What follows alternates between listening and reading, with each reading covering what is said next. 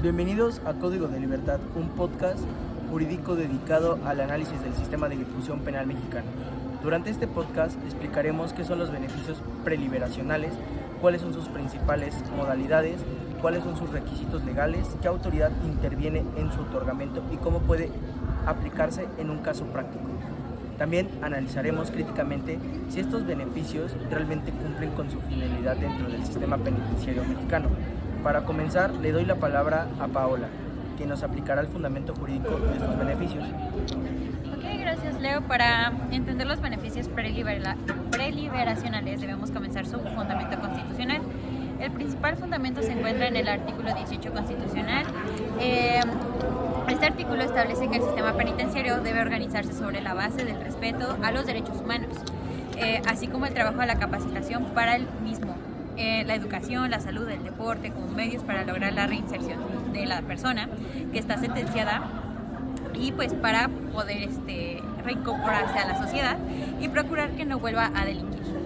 Por lo tanto, la finalidad de la pena privativa de la libertad no debe entenderse únicamente como un castigo. También debe existir un proceso que permita a la persona privada de la libertad pueda prepararse para regresar a la sociedad. En este contexto lo encontramos en la Ley Nacional de Ejecución Penal, conocida como LNEP, que establece las reglas aplicables durante la ejecución de las penas. Ahora bien, ¿qué entendemos por beneficio preliberacionales? Podemos definirlo como mecanismos jurídicos que permiten a la persona sentenciada que pueden obtener su libertad antes de cumplir totalmente la pena privativa de la libertad, siempre que reúna los requisitos establecidos por la legislación aplicable. Sin embargo, es importante aclarar que estos beneficios no son automáticos, es decir, la persona no tiene su libertad simplemente por haber cumplido determinado número de años en prisión. Debe realizarse un análisis del caso concreto y acreditarse en el cumplimiento de los requisitos legales. Además, la autoridad encargada de resolver este tipo de soluciones es el juez de ejecución, quien debe emitir una resolución debidamente fundada y motivada. Por lo tanto, estamos hablando de una decisión judicial y no simplemente la determinación administrativa. Y que surge una pregunta importante. ¿Cuáles son los principales beneficios preliberacionales que contempla la Ley Nacional de Ejecución Penal? Para responderla, le doy la palabra a Valenca. Bueno, muchas gracias, Pau. Dentro de los beneficios encontraremos principalmente lo que es la libertad condicional y la libertad anticipada. Bueno, conocemos la libertad condicional. Esta figura se encuentra regulada principalmente en los artículos 136 y 137 de la Ley Nacional de Ejecución Penal. La libertad condicional permite que una persona sentenciada pueda continuar el cumplimiento de su pena en libertad, pero sujeta a determinadas condiciones y obligaciones. Esto significa que la persona no queda simplemente liberada sin ningún tipo de control. Por el contrario, debe cumplir las condiciones que determine el juez de ejecución y ejecutarse a las medidas de supervisión correspondientes. En el artículo 137 establece los requisitos que deben analizarse para determinar si procede este beneficio. Entre estos aspectos encontraremos lo que son los elementos relacionados con la conducta de la persona durante su internamiento y su proceso de reinserción social. También debe verificarse que no existe alguna circunstancia jurídica que impida el otorgamiento de este beneficio. Por eso es importante señalar que el análisis debe realizarse de manera individualizada. No todas las personas sentenciadas se encuentran en las mismas circunstancias. Por ejemplo, primero se debe de analizar el delito por el cual fueron sentenciadas, la pena impuesta, el tiempo compurgado, su conducta penitenciaria y las actividades que hayan desarrollado durante su internamiento. Otro aspecto importante también es la libertad condicionada. Eso busca que las personas puedan reincorporarse progresivamente a la sociedad. Por ejemplo, puede comenzar nuevamente a trabajar, a convivir con su familia, a desarrollar actividades sociales, pero bajo las condiciones establecidas por la autoridad judicial. En ese sentido, podemos decir que la libertad condicionada funciona como un mecanismo de transición entre la prisión y la vida de libertad. Bueno, y ahora pasaremos con la figura de la libertad anticipada. Esta la encontramos en los artículos 141 y 142 de la misma ley. Esta libertad anticipada tiene una diferencia importante respecto a la libertad condicionada. En términos generales, cuando se conoce la libertad anticipada, se extingue la pena de prisión y la persona queda en libertad respecto a esta pena. Por ello, sus efectos jurídicos son diferentes a los de libertad condicionada. En el artículo 141 se establecen los requisitos relacionados de esta solicitud de libertad anticipada. Entre estos elementos se debe analizar que se encuentra en tiempo de cumplimiento de la pena, la conducta de la persona sentenciada, su proceso de reinserción social, además que los demás requisitos establecidos en esa legislación. Pero nuevamente debemos de hacer una aclaración. Cumplir con determinado porcentaje de la pena no significa automáticamente que la persona tenga un derecho a salir en libertad. El porcentaje que se haya cumplido puede ser un elemento relevante dentro del análisis, pero deben reenviarse todos los requisitos legales aplicables en el caso. Por eso también desde la perspectiva de la defensa es fundamental contar con documentos que acrediten lo que es la evolución de la persona durante su internamiento. Por ejemplo, tener constancias de buena conducta, constancia de estudios, constancia de labores, cursos de capacitación, participación en programas de reinserción y cualquier otro elemento relevante que pueda acreditar su evolución.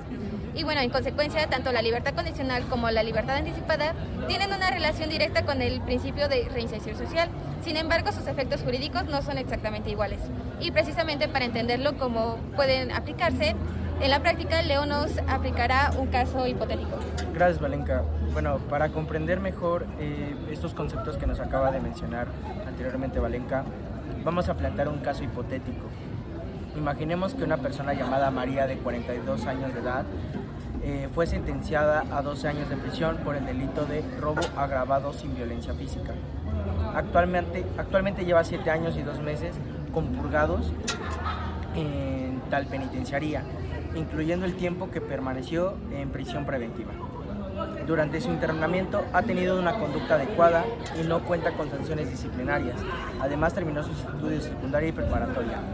También trabaja en el área de cocina del centro penitenciario y ha participado en actividades relacionadas con su proceso de reinserción social. La defensa considera que María puede solicitar un beneficio preliberacional. Aquí tenemos que hacernos una pregunta. ¿El simple hecho de que María lleva 7 años y 2 meses en prisión significa que automáticamente debe ser puesta en libertad? La respuesta es que no. El tiempo compurgado es un elemento que debe tomarse en cuenta dentro del beneficio, ya que la defensa tendría que revisar cuidadosamente la sentencia del delito que se le fue imputado y la fecha de los hechos como ocurrieron. De igual manera, computadorizar realmente que haya cumplido la pena y el porcentaje cumplido ante la ley. De igual manera, además se tendría que presentar documentos que permita acreditar la conducta de María y su proceso de reinserción. Por ejemplo, podría presentar constancia de estudios, constancias laborales, informes sobre su conducta y documentos relacionados con las actividades realizadas dentro del centro penitenciario. Una vez presentada la solicitud, el juez de ejecución tendría que analizar el caso y determinar si cumple los requisitos legales para conceder el beneficio correspondiente. En este procedimiento también puede intervenir el Ministerio Público, quien podría manifestar su oposición si considera que existen razones jurídicas para negar el beneficio.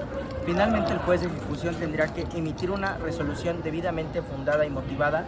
En este caso nos permite observar que los beneficios preliberacionales requieren mucho más que realizar un cálculo de años de prisión.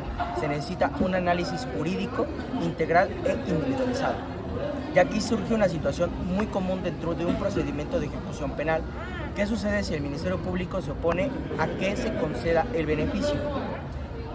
Paola, ¿qué tendría que hacer la defensa en este supuesto? En este supuesto, la oposición del Ministerio Público no significa automáticamente que el beneficio deba negarse. La defensa tendría que convertir los argumentos planteados por la representación social y demostrar que la persona sentenciada cumple con los requisitos establecidos por la legislación.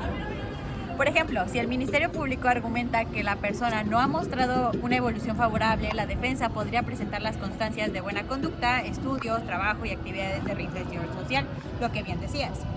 Si la oposición se basa en el delito cometido, habría que analizar si efectivamente existe una disposición legal que impida acceder al beneficio. Por eso resulta fundamental distinguir entre una simple oposición y una verdadera causa legal de improcedencia. El juez de ejecución debe resolver una base en la ley y en las circunstancias correctas del caso. No basta con afirmar que el delito es grave o que la persona estuvo privada de la libertad durante determinado tiempo. La resolución debe estar debidamente fundada y motivada. Desde nuestra perspectiva como equipo, consideramos que los beneficios preliberacionales son necesarios dentro del sistema penitenciario mexicano. Su importancia radica principalmente en que permite que la pena tenga una finalidad orientada hacia la reinserción social.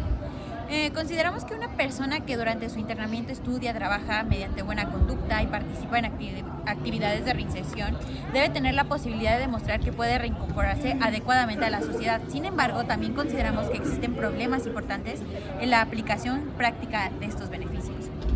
Uno de ellos es que no todas las personas privadas de la libertad tienen las mismas oportunidades para estudiar o trabajar o participar en programas de reinserción. Por lo tanto, el sistema debe garantizar condiciones penitenciarias adecuadas para la reinserción, que no sea únicamente un concepto establecido por la Constitución, sino una realidad. Bueno, y también consideramos que debe existir lo que es un equilibrio, porque los beneficios no deben considerarse de manera automática, pero también no debemos negarlos mediante criterios arbitrarios. Cada caso debe analizarse individualmente y conforme a la legislación. La finalidad debe ser proteger tanto los derechos de la persona sentenciada como la seguridad de la sociedad.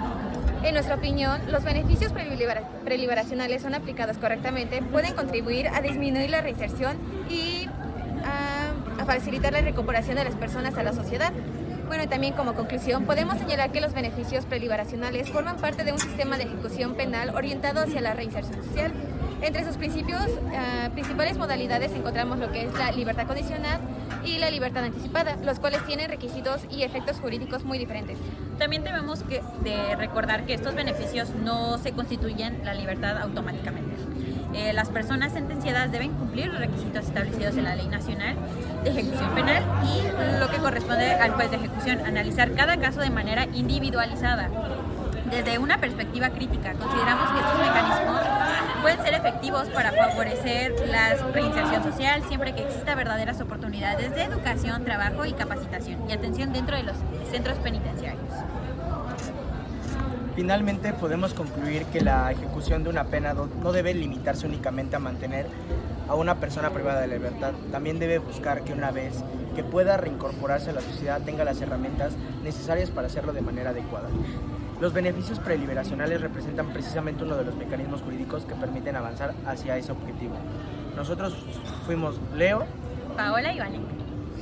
Y esto fue Código de Libertad, nuestro podcast jurídico sobre ejecución penal y reinserción social. Muchas gracias por escucharnos. Nos vemos la próxima en otro episodio.